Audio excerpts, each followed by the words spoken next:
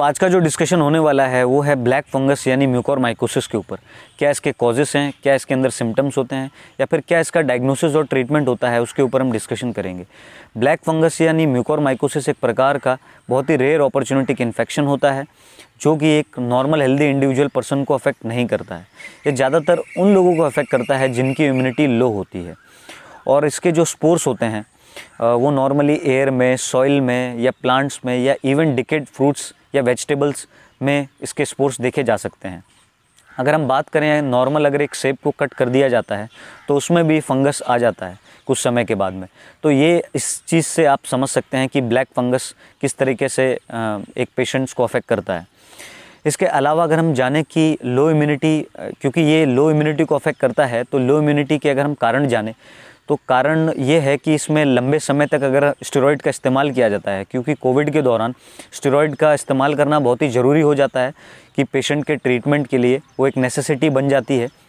उसे यूज़ करने के कारण उसमें शुगर के डिफरेंशियल होने का खतरा रहता है। मीन्स शुगर में डिफरेंस आता है एक पर्टिकुलर पेशेंट के उसमें, और कुछ पेशेंट को पहले से अगर डायबिटीज़ है, कुछ पर्टिकुलर पेशेंट जो कि इम्यूनो कॉम्प्रोमाइज्ड है, मींस जिनकी इम्यूनिटी ऑलरेडी लो है और उनको पहले से किसी भी प्रकार की डिसीज़ है, तो उनके अंदर भी ये समस्याएं होती हैं। जैसे कि डायबिटीज़ से परेशान है कोई पेशेंट, या HIV पेशेंट है, या लंबे समय तक किसी भी प्रकार की किडनी की समस्या रही हो, किडनी की डिसीज़ रही हो, या किसी को ट्रॉमा हो जाता है, मींस अगर किसी का रोड ट्रैफिक एक्सीडेंट हो जाता है और वहाँ से वो फंगस किसी एक ओपन वुंड से एंटर कर लेता है किसी भी पर्टिकुलर पार्ट में, तो ब्लैक फंगस होने का खतरा बढ़ जाता है।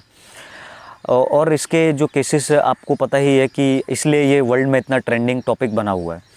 अब हम जानते हैं कि क्या इसके सिम्टम्स होते हैं। तो सिम्टम्स में इसके अंदर पल्मोनरी जो सिम्टम्स होते हैं, उसके अलावा राइनोसेरेब्रल सिम्टम्स देखने को मिलते हैं।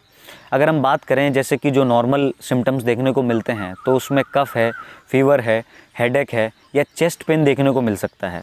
और जो कुछ स्पेसिफिक सिम्टम होते हैं, जैसे राइनोसेरेब्रल जो सिम्टम्स होते हैं, जो पर्टिकुलर सिम्टम्स हैं, जैसे कि स्वेलिंग हो जाती है अराउंड आइस के पर्टिकुलर एरिया में, ये जो साइनस का एरिया है, यहाँ पे स्वेलिंग, पेशेंट को स्वेलिंग और रेडनेस दोनों देखने को मिल सकती है।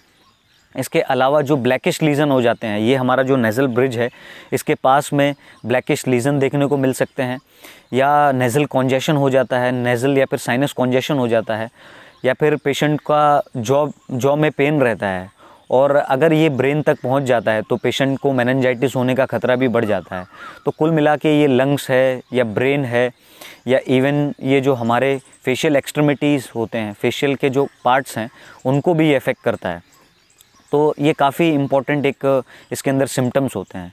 इसके अलावा ये आपको ENT जो होते हैं, ENT स्पेशलिस्ट होते हैं, वो अच्छा डायग्नोसिस करके इसका आपका ट्रीटमेंट करवा सकते हैं। और इसके बाद में हम डिस्कशन करें कि क्या इसका डायग्नोसिस होता है। तो डायग्नोसिस में कॉमनली अगर CT स्कैन है या फिर MRI है, तो उससे इसके बारे में पता किया जा सकता है, या पेशेंट जो डॉक्टर होते हैं वो आपको देखेंगे, तो उससे भी अगर पेशेंट को ऐसी समस्या है तो वो कंजक्टाइविटीज़ भी, क्योंकि सिमिलर होता है इससे, तो उससे वो डिफरेंशियल डायग्नोसिस कर सकते हैं इसका।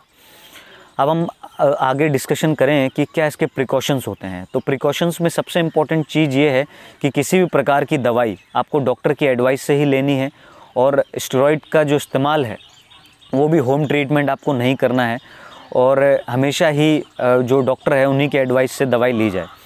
और जो आप देखेंगे कि और उसके अलावा जो डायबिटिक्स पेशेंट होते हैं, उनके अंदर शुगर लेवल का कंट्रोल जो हो रहा होता है वो बहुत ही मैनेज करना पड़ता है, क्योंकि अगर शुगर लेवल मेंटेन नहीं रहेगा तो उसके कारण भी बहुत समस्याएं हो जाती हैं। अब हम जानते हैं क्या इसका ट्रीटमेंट होता है। ट्रीटमेंट में सबसे इम्पोर्टेंट ये होता है कि अगर ये पर्टिकुलर इसके सिम्टम्स या फिर सब दिखते हैं तो इसका लोकल ऑपरेशन कर दिया जाता है, या इसमें जो स्पेसिफिक दवाइयाँ होती हैं जैसे एंटीबायोटिक्स है वो दी जा सकती हैं पेशेंट को। जो इसके अंदर सबसे बेहतरीन मेडिकेशन होती है वो एम्फोटेरिसिन बी होता है। एम्फोटेरिसिन बी लगभग 2 से 4 वीक्स तक उसका ट्रीटमेंट डेली बेसिस पे इसका होता है, लेकिन ये सब डॉक्टर पे डिपेंड करता है कि वो आपको कब मेडिकेशन देता है। सो ये कुछ जानकारी थी। Hope you like the video. Thank you friends.